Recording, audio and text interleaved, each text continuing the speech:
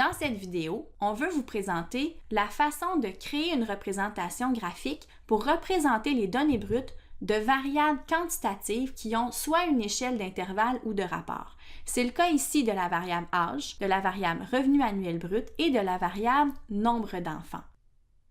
En statistique descriptive, lorsqu'on veut créer une représentation graphique, on utilise des diagrammes et on les définit de la façon suivante. C'est une représentation schématique ayant pour but de présenter un ensemble de données brutes de manière à ce que nous puissions visualiser leur répartition selon les différentes modalités ou valeurs en un seul coup d'œil. Regardons ce qui se passe quand on veut représenter des variables quantitatives à l'aide de diagrammes. Le premier type qu'on va rencontrer, c'est le diagramme à bâton. Il va être approprié pour représenter les variables quantitatives discrètes qui ont une échelle d'intervalle ou de rapport et qui ont peu de valeurs différentes. Comme tout diagramme, le diagramme à bâton a un titre qui respecte la norme suivante, distribution ou répartition des unités statistiques, les 17 adultes canadiens interrogés, selon la variable étudiée, le nombre d'enfants qu'ils ont, et le moment de l'étude en 2015. Un diagramme à bâton, c'est constitué de deux axes.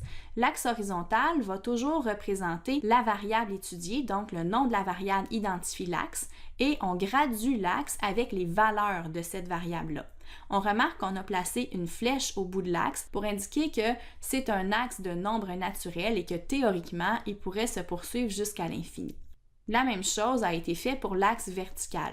Celui-là va représenter les fréquences, soit les fréquences absolues ou relatives. Ici, on a choisi les fréquences relatives, donc on va indiquer pourcentage de nos unités statistiques, donc pourcentage d'adultes dans le contexte qui nous occupe. Si on avait choisi les fréquences absolues, on aurait écrit nombre d'adultes et on gradue en conséquence. Ensuite, reste à tracer les bâtons.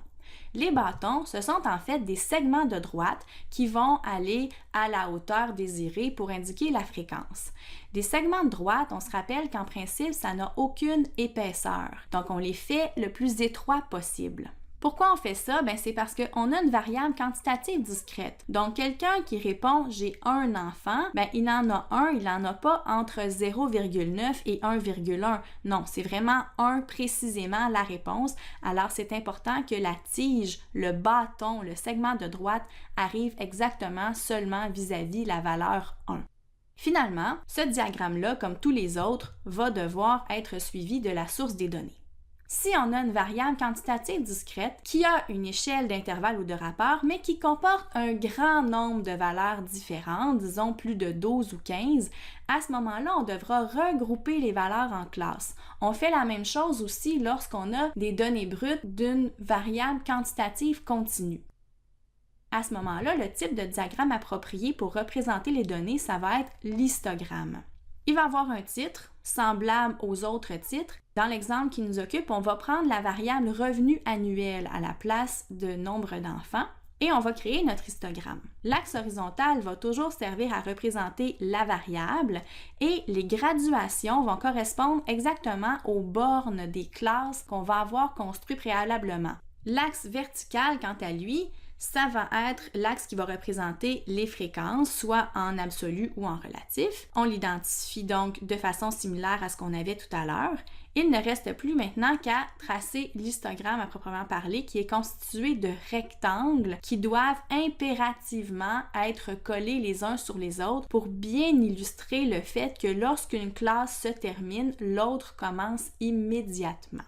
Dans un histogramme, on a tendance à penser que c'est la hauteur des rectangles qui détermine la fréquence. Ça, c'est vrai seulement si chacun des rectangles a la même largeur. Si jamais on a des classes inégales, il va falloir que les aires de chacun des rectangles soient proportionnelles à leur fréquence. Un autre type de diagramme qui peut remplacer l'histogramme, c'est le polygone de fréquence. Le polygone de fréquence se trace en ajoutant d'abord des classes vides au début et à la fin des classes existantes dans l'histogramme, en plaçant des points au centre de ces classes vides-là et en plaçant aussi des points au centre du haut de chacun des rectangles. Et après ça, on relie tous ces points-là ensemble et avec cette ligne brisée et l'axe horizontal, on a un polygone dont l'aire est identique à l'aire de la somme des rectangles de l'histogramme. Tout le reste est identique à l'histogramme, le titre, les axes, les identifications des axes, la source, tout est pareil. L'avantage du polygone de fréquence, c'est qu'il permet de représenter plus d'une distribution de données brutes à la fois. Imaginez que l'on veut connaître la distribution des adultes canadiens interrogés selon leur revenu annuel, mais pour 2 années différentes, en janvier 2014 et en janvier 2015. À ce moment-là, on pourra superposer les 2 courbes et ajouter une légende pour bien les reconnaître et on va pouvoir comparer les 2 moments.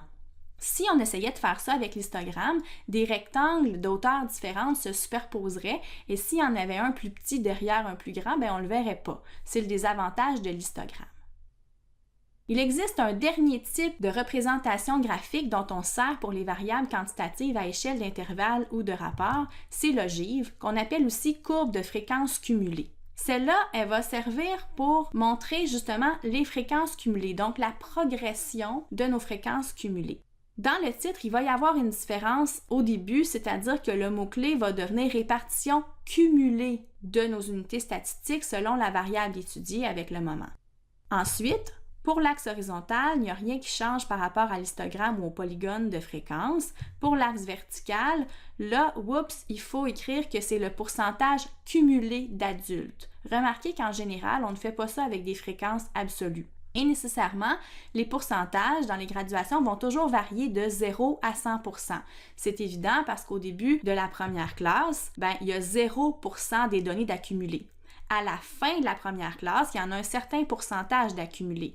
À la fin de la deuxième, on en a un petit peu plus puisque, disons, vis-à-vis de 45 000, on arrive à peu près 40%, ce qui veut dire que environ 40% de l'échantillon, 40% des 17 adultes canadiens interrogés ont un revenu entre 15 000 et 45 000 $. Si on va un petit peu plus loin, à 75 000, on arrive à une fréquence cumulée d'à peu près 90%, donc on pourrait dire que environ 90% des 17 adultes canadiens interrogés ont un revenu inférieur à 75 000 $. Et à la fin, évidemment, on va avoir cumulé 100% des données à la fin de la dernière classe, alors on devrait toujours atteindre le 100% avec une ogive. Comme pour tous les autres diagrammes, l'ogive va aussi être suivie de la source des données. Alors, en résumé, retenons que lorsqu'on veut faire une représentation graphique pour une variable quantitative qui a une échelle de rapport ou d'intervalle, on doit lui donner un titre qui suit le modèle distribution ou répartition des unités statistiques selon la variable étudiée, puis on indique le moment de l'étude et on doit aussi mentionner en quelque part où est-ce que l'étude a été effectuée. Ensuite, on a le choix entre 3 familles de diagrammes pour représenter nos données. Le premier, c'est le diagramme à bâton. Celui-là, il va servir seulement pour représenter les données d'une variable quantitative discrète ayant une échelle d'intervalle ou de rapport et qui a un petit nombre de valeurs différentes. Si on a plutôt à représenter les données d'une variable quantitative discrète à échelle d'intervalle ou de rapport qui a un grand nombre de valeurs différentes, ou les données d'une variable quantitative continue à échelle d'intervalle ou de rapport, alors là, on va plutôt prendre soit un histogramme ou un polygone de fréquence.